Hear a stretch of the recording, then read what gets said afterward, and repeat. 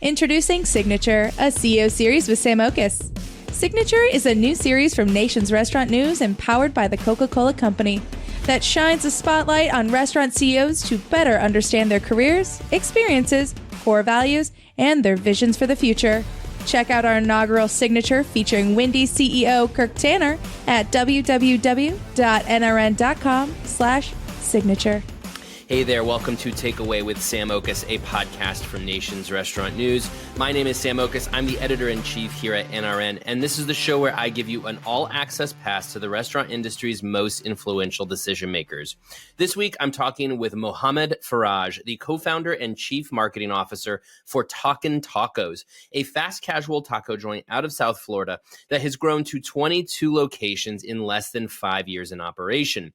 Mohammed and his childhood friend Omar Al-Masaki opened Talkin Tacos as a food truck in the early days of the pandemic, one of the first concepts to bring birria tacos to the East Coast.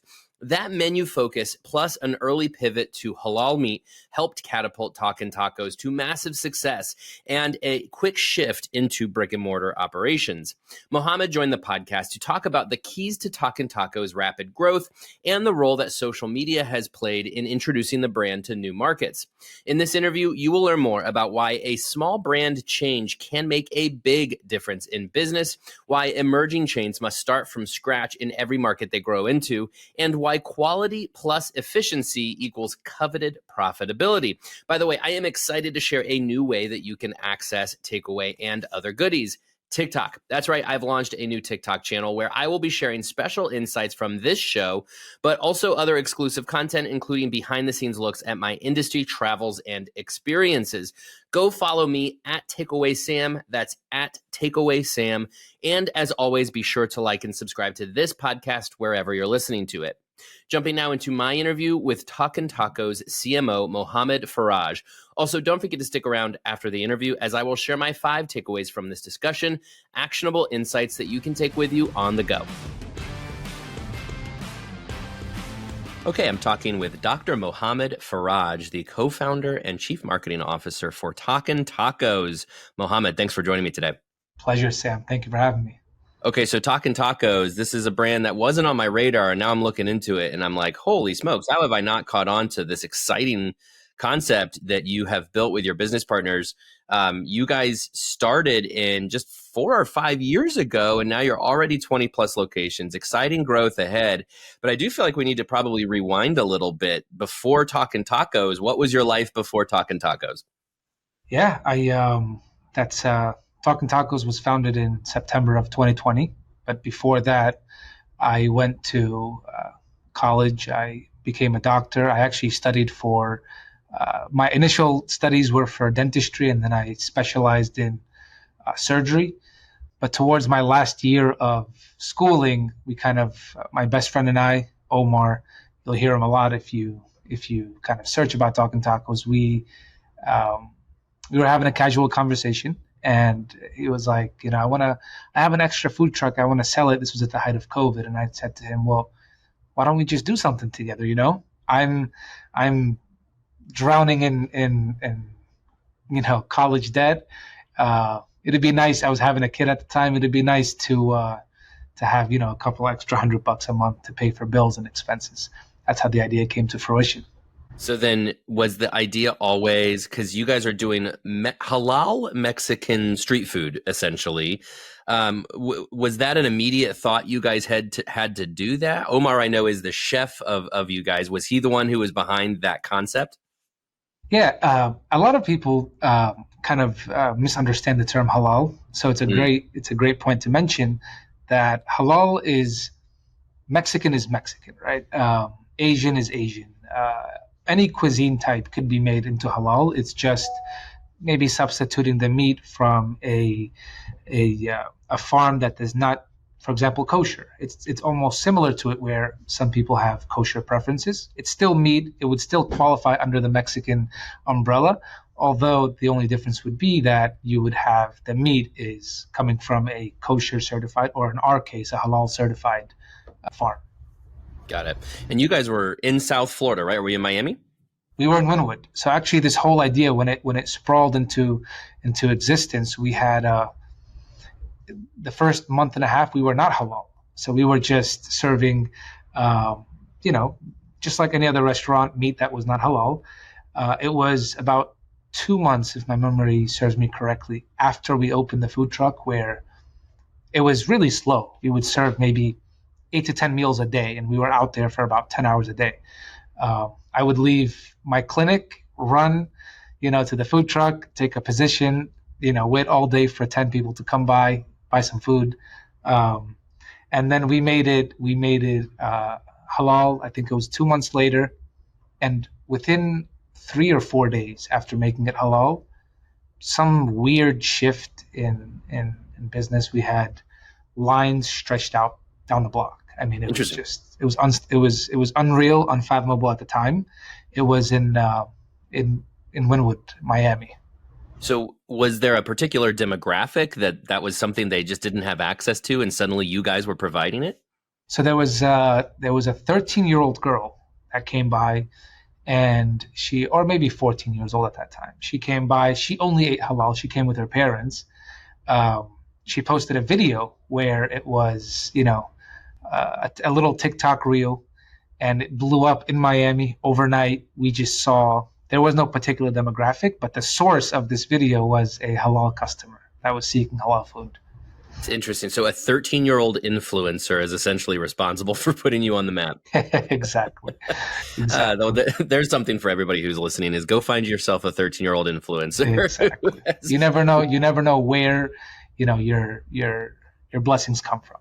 Totally. Okay. So I want to put myself in your shoes here, because I'm thinking 2020. So the throes of the pandemic, you are in the medical field, you are working at a clinic, and you and your best friend are then spending your off hours in a food truck, which is not a comfortable environment by any stretch of the imagination. And to your point, can be unreliable when it comes to regular business.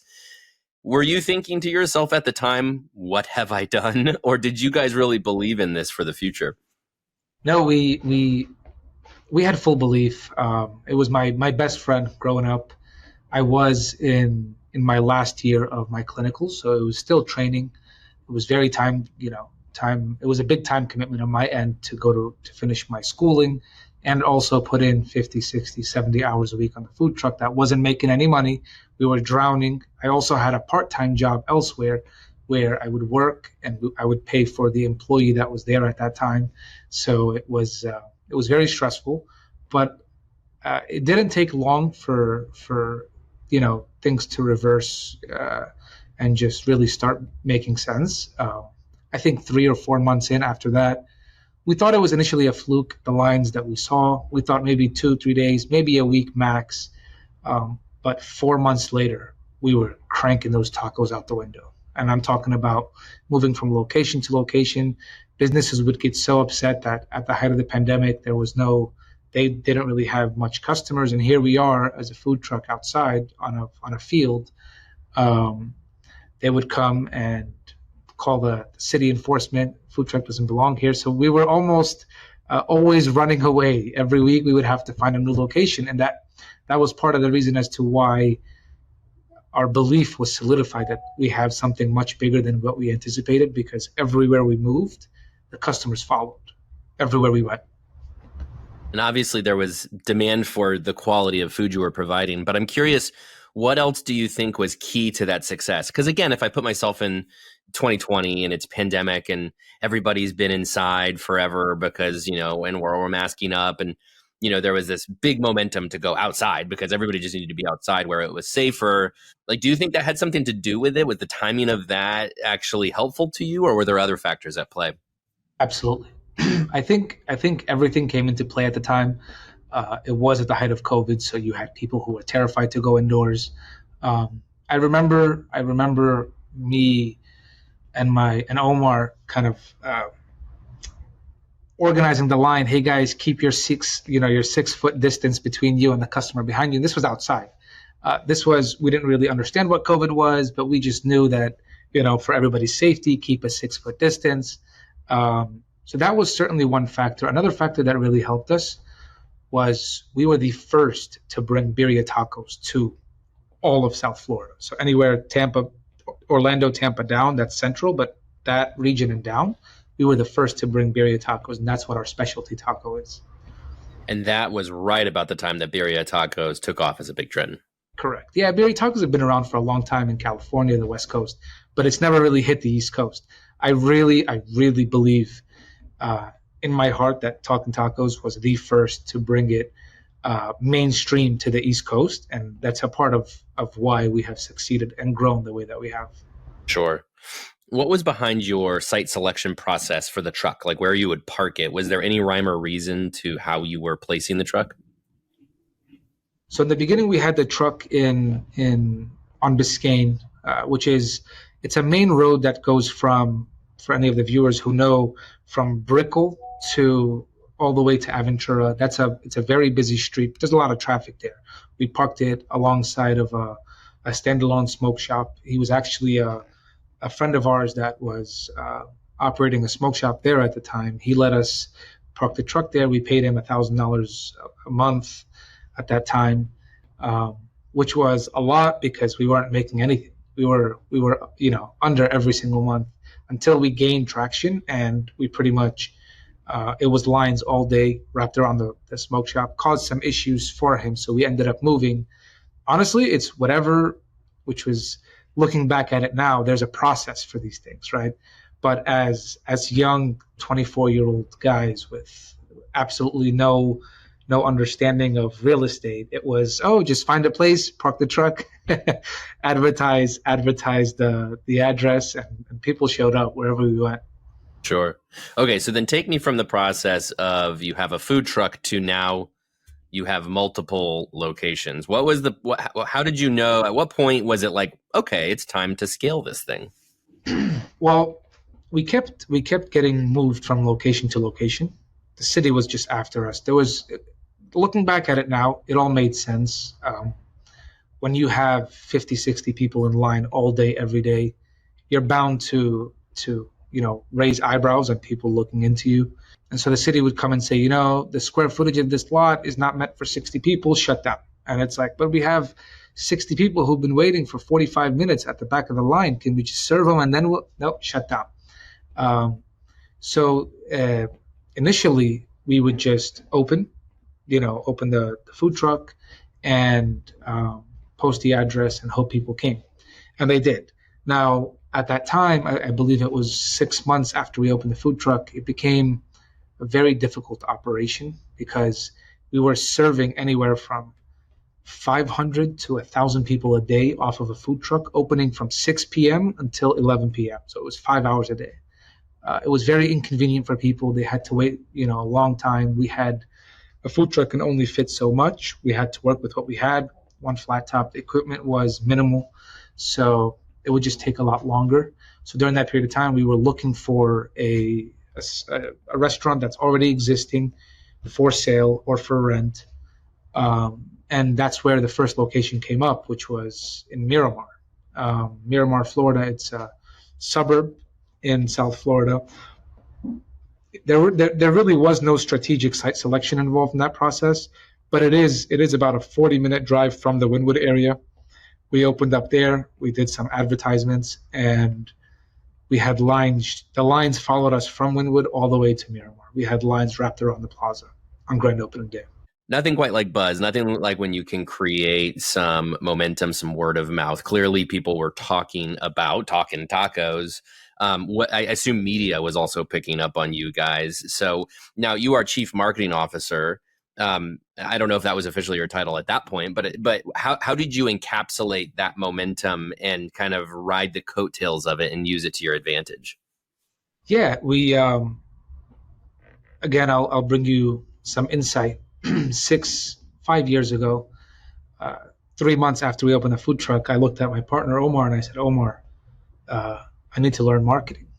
And he was like, well, we just sell tacos. And I said, but no, we have to let the world know about us. So I remember I was telling him, Omar, I'm about to spend $5 on a budget for this month for the food truck. So that certainly was how my role came into play.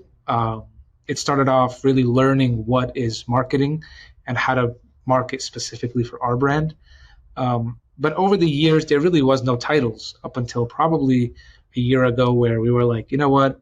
Everybody asks, what's your title? It was always, yeah, I'm just the owner. I'm the co-owner, I'm the co-founder. It was like, no, but like, what's your specialty? So we designated roles for each other. Honestly, everybody wears, similar hats. I'm involved in marketing, operations, site selections, expansion. Omar's involved in marketing, site selection, operations, expansions. He does specialize more in the back of the house operation when it comes to what is the proper way for a kitchen layout. And he's got more insight. He's been in this industry for about 8 years, but we do wear similar hats, as in, I will consult with my partners when it comes to a marketing idea or an operations idea. They'll consult with me.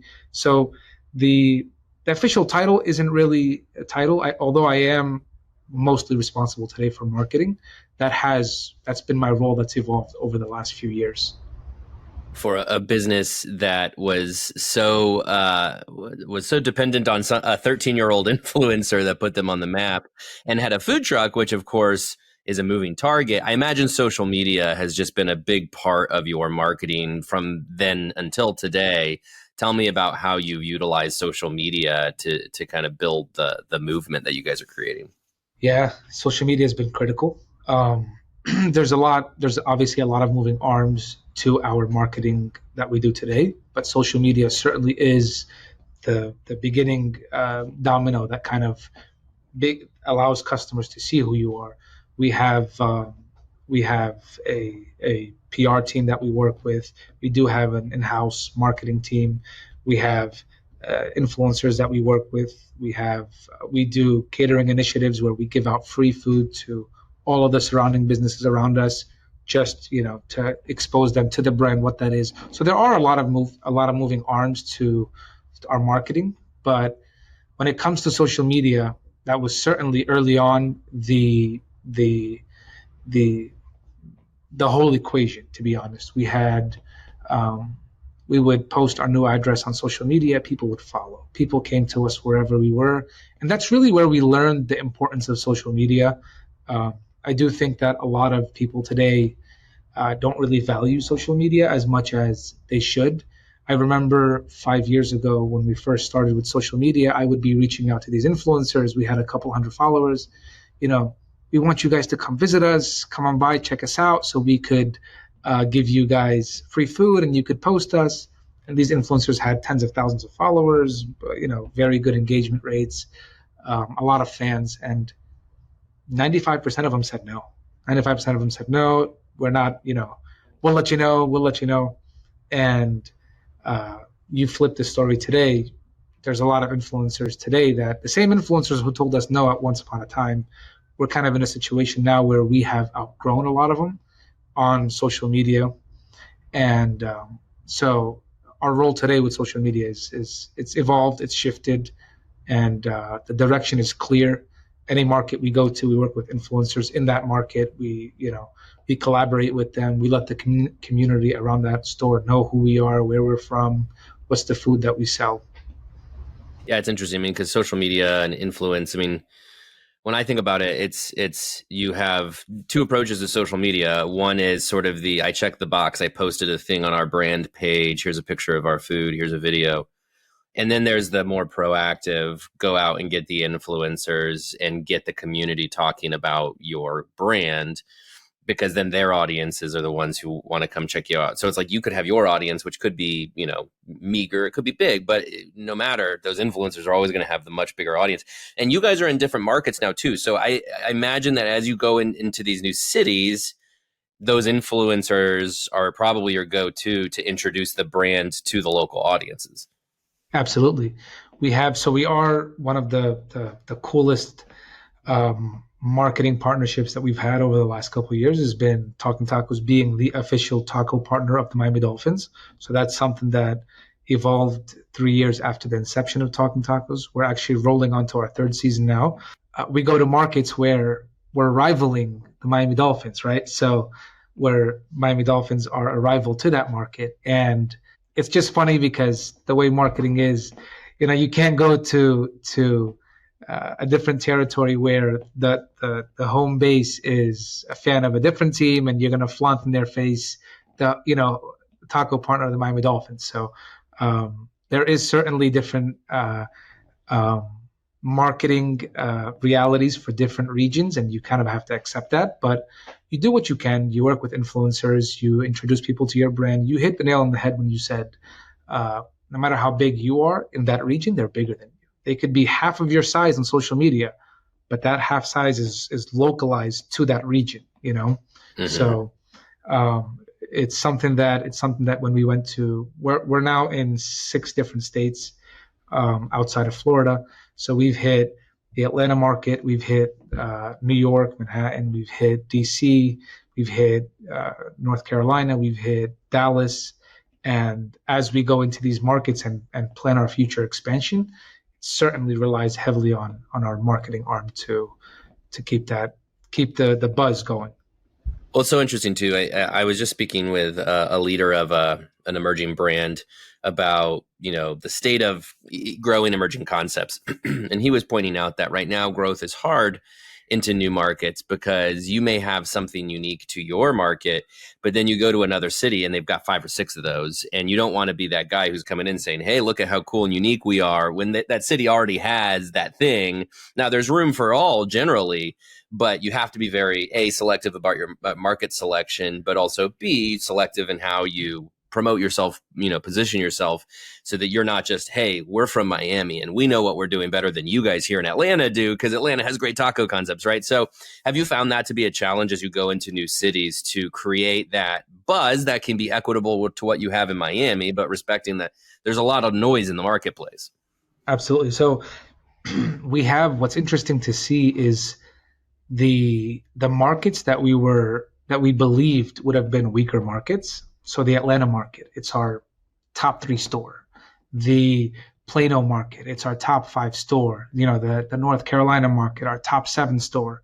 You get into these markets where you assume you've lost a lot of your home base fans, and you go into this market where you're a foreign name to the whole community, and people are already dealing with well-established brands. There's already household Mexican chains that are in that area. And we come in and we realize that the product is different. It's quality. You first start eating with your eyes, then you eat, with your mouth. So you see something that just looks appetizing to you. Then when you eat it, the flavors are out of this world. We're not an authentic Mexican restaurant. We incorporate more of a fusion. We have our sauces that are proprietary sauces that we've developed over the years, and they're truly the combinations that we incorporate with them. You're not going to find them anywhere around any of the markets that we go with. So that is also really important. We do have to recognize that different regions have different competition, but so far in 6 different states, we have flourished more than we have even in our hometown. So we're 6 for 50. I think we got about 44 more states to get to, and then we're officially, we're good in the whole U.S. So some lofty goals, clearly. But, we skipped ahead, too, because, what was it that got you guys out of South Florida in the first place? What got you from that first permanent location to now you're talking about 6 states? Well, we've hit most major cities in Florida, right? So the South Florida, Miami, West Palm, Broward, those counties, we've put the locations in the areas that we felt best suited for these locations. Then we expanded to Orlando. We opened up a couple locations in Orlando. We also expanded to Tampa. So we worked our way up, went north, and we opened up in Jacksonville. And we also have locations coming now in Tallahassee. But as we went up north, then we opened up Atlanta. That's where Atlanta came in. We skipped a couple states just because New York is an incredible state to go to for any business. We opened up in Manhattan and pretty much hit most metro areas. DC, we hit Dallas, we hit Concord. And so a lot of these regions that we opened in had similar demographics to where we're already existing. So it was more of finding out the sweet spot of where to put the location so that we're at similar demographics to our South Florida locations, and we're golden. And that strategy has worked thus far, 21 locations and counting. Would that be a younger, like putting it near younger people in particular? Yeah, when we first started, we what we saw was our average age for our customers was between 18 and 35 years old. And then as we evolved and opened up more locations and became more well known, our average age right now, we see clientele from 18 to 75 years old, but it's mainly focused around still that younger crowd because that's our method of reaching them. It's social media, right? You don't really see the older generation too involved with social media. Mm-hmm. And so that younger generation is what we capture the best. Sure. So were you, I mean, this is a pretty rapid pace of growth, 21 locations now in 4.5 years or so. I mean, were you guys opening on just using cash flow, or did you get an infusement of capital? Like what allowed you to do this quick growth? Yeah, we till today have zero debt. We never took on any debt for Talkin Tacos.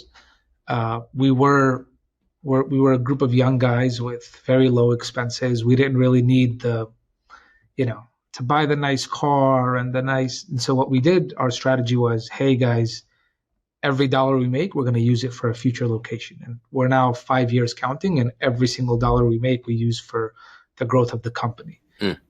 Yeah. That's awesome. I mean, in talking about growth, I mean, you already talked about, you're 6 out of 50. You got this long road ahead of you, but maybe not so long if you guys are growing as quickly as you are. But to set the stage a little bit here, if you look at the taco space, you have, of course, your sort of full service taco space with Bar Taco, Condado, and a few others. And then, of course, you have your fast casual space where you guys occupy. And then you have maybe like a Torchy's or of course, Chipotle, Qdoba. And then you have Taco Bell and some of these others at the QSR level. I mean, put yourself in that space. I mean, where do you believe Talkin Tacos belongs in the broader taco category, and what, it could accomplish in the long run? Definitely. So Mexican food in general, you've got your burritos, you've got your bowls, you've got your tacos, you have the Chipotles of the world that focus on burritos and bowls, and then you have mostly bowls. You have your Qdobas of the world that focus on bowls, so they're competitors. We sell 85% of our sales are tacos. So add to that, we don't sell alcohol in any of our establishments, similar to Qdoba, similar to Chipotle. So when we go to restaurants that mainly sell tacos, most of them incorporate alcohol. And that's their bread and butter, to be honest with you. So if our food is not up to the highest standards and it's not appealing to customers, why would they go to a Talkin Tacos when they can go to the next place down that serves their alcohol, where it's an inconvenience for them sometimes? Oh, you guys don't have alcohol? So our food is certainly of the highest quality. We do have everything is made fresh daily. Absolutely nothing comes in that is frozen and served to customers. Everything from the drinks all the way to the sides, everything is made daily. So as an operation, we do fit into the fast casual space, but you'll always have a host when you go to a location that'll greet you, talk to you, introduce you to our ordering process. Hey, welcome to Talkin Tacos. This is where you order. We order through kiosks, actually. So we don't even have cashiers. So you walk in, you're guided to the kiosks. The menu is explained to you. And after that, your food is brought to you. And it's on very nice, presentable trays that come to you. Your drinks, your appetizers are served first, followed by your entrees. So while the space and the layout and the customer experience might fit into a fast casual space, because we do serve our tickets in under 10 to 15 minutes on the busiest nights, we're certainly not of fast food quality. We're much higher than that. So a lot of things that we've done to create this efficient model where we can now pass on those savings to customers. For example, having unmanned registers where we don't have to have 2 more cashiers. Well, that allowed us to keep our prices stable for 4 years, right? Where we haven't raised our prices 4 years. from 4 years ago to today, or 5 years ago to today, our total price that we went up with was almost about 9% in all the last 5 years, whereas our food costs have went up almost 120%. So we've created this efficient model to allow customers to experience that nicer, casual dining experience, while also allowing us to operate that at a lower cost. Sure. Yeah, that makes a lot of sense. Okay, so what's going to be key to getting you from 6 to 50? You got you again, long road ahead. I mean, ultimately getting to 50 states. There are very few brands, by the way, that are in all 50 states. Yeah. If you guys can do that, Yeah. congratulations. But Thank let's you. just say hypothetically, 50 is the goal here. You're going to get to 50. What's going to get you there? Franchising, investment? Like, what do you need to? Because you guys are clearly ramping up growth here. There's great potential, but what's currently standing in your way to get there?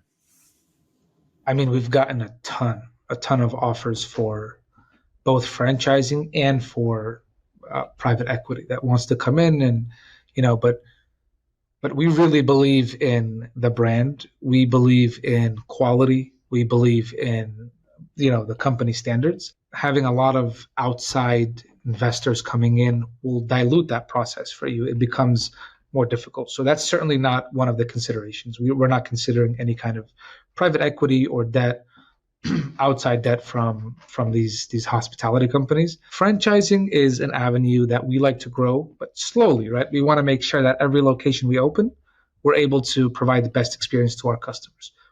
We could easily open 100 locations today through franchising. In fact, we have a list of over 250 interested parties who want to franchise. But we've paused that about a year ago just to make sure that our systems are as flawless as possible.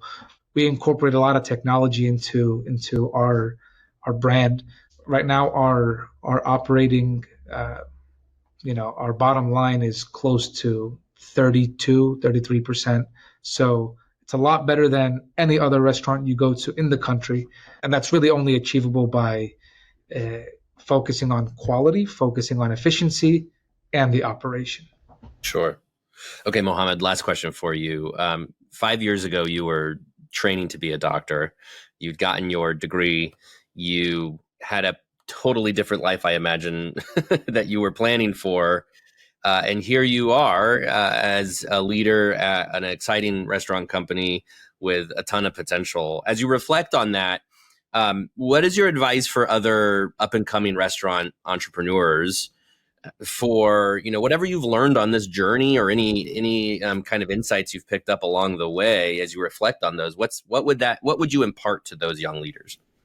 Never be afraid to change course. I started off with the dreams of becoming that dentist and soon to be surgeon.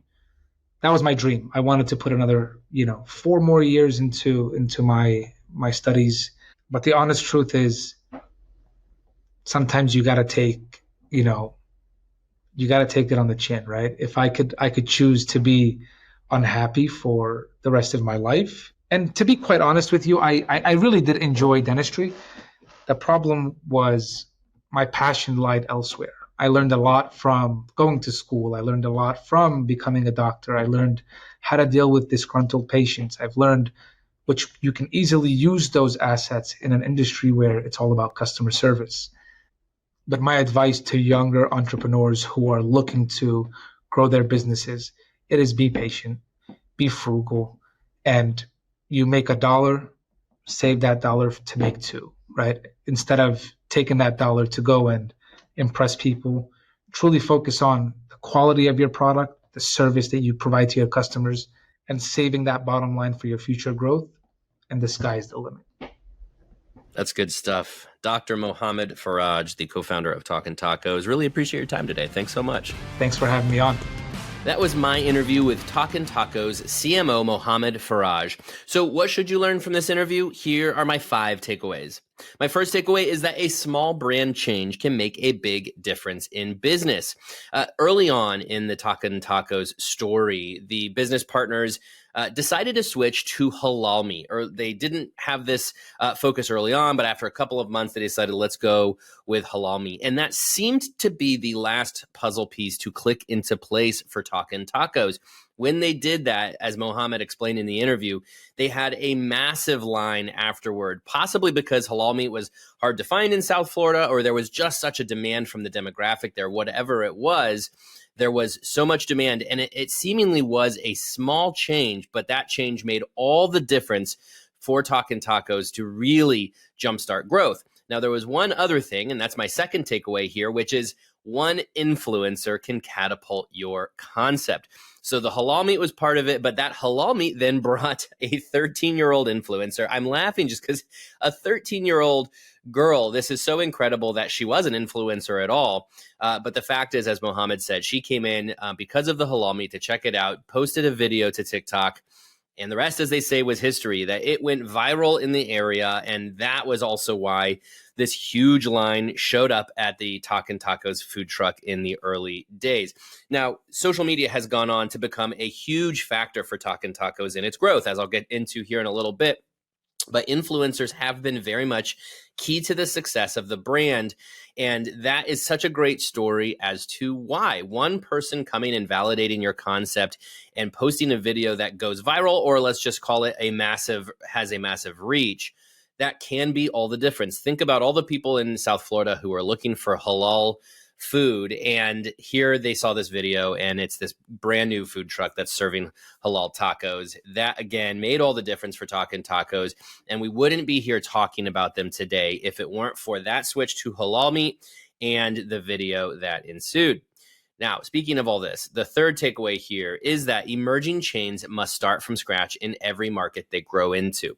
So for all of those of you who are leading emerging brands, if you're the founder of a concept, especially one that is regional particularly, you probably have massive success in your own area. You may be a cult favorite in that city or region. You know, everybody knows about you. Everybody talks about you. That's all good and well. But when you go to another city, you have to start from scratch because they do not know who you are. Unless you have a very tight connection between that city and the city where you're operating, unless there's a lot of people going back and forth between the two cities, which exists, of course, all kinds of cities across the country have that relationship. But unless you have that, then very likely when you move into a new city, nobody knows who you are, and you have to start that building that exposure from scratch. And again, that's where the influencers come in. Mohammed as chief marketing officer, which is a role that he's perhaps, didn't go to school for, certainly, as he went to school to become a dentist. And here he is as the CMO of this emerging brand, wearing lots of hats, all of the business partners at Talkin Tacos. But, he's picked up on it, obviously, very quickly. And he learned very quickly that when you go into a new market, these influencers serve a very key role, because when you find the right influencers who have their finger on the pulse of that city, that market, that region, they can do wonders for introducing your brand to those people. And so, again, it's starting from scratch, but it doesn't mean that it has to be an uphill battle. You validated the concept in one city. There's no reason you can't validate the concept in a new city. And in fact, Mohammed talked about that. They've gone into markets like DC and North Carolina and Atlanta, and every market they go into, they tend to find a customer base that is very eager to embrace them and love them and be loyal to them. So it's not, again, quite as uphill of a battle as when you're really first starting to get off the ground in your original location. But you do have to start from scratch, build that customer base, find that demographic that's going to embrace your concept, similar to a demographic probably in your hometown market. And the influencers are really going to help you to tap into that. By the way, that's also what has kept Talkin Tacos to be skew very young in its customer demographic, that it's hit all of those influencers, those social media channels very hard when it goes into new markets. Therefore, it tends to find that younger demographic. My fourth takeaway is that efficient operations allow fast casuals to have casual quality food without casual prices.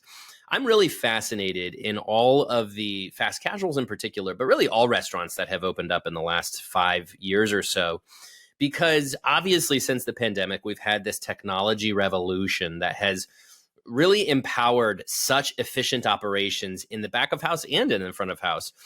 For a lot of those legacy concepts, certainly, but even for just, brands that have been around 10, 15, 20 years, it's a little harder to pivot to that new technology and those new experiences after you've already kind of set that expectation for your customer. So for example, if you have full service, you have a wait staff, it would be very, very hard to pivot to all kiosk service and your employees bringing the food out when it's ready. Because the expectation from your customers is that you're going to have table service. That's what I want. That's why I came here to some degree. And so for brands that have been open fewer than 5 years, though, they've had this ability to really lean into technology from the early days, figure out what that means for their brand and their business, and it just be a part of who they are. Talkin Tacos is a great example of that. They use kiosks in their restaurants to save on labor. So instead of having cashiers, they instead have one person doing the hospitality in the front of the house, leading the customer to the kiosk, teaching them how to use it if they need to. And then from there, the customer uses the kiosk and somebody from the kitchen brings the food out, and that's that.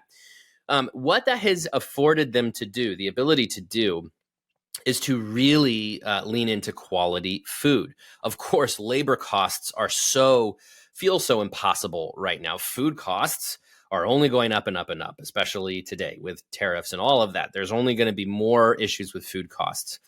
And for Talkin Tacos, because they were able to alleviate the labor cost with this efficient model powered by kiosks, they were able to take the hit on the food cost. So Mohammed says they haven't had to raise prices, even though food costs is in the triple digit percentages increase that they've had over the last 4 or 5 years.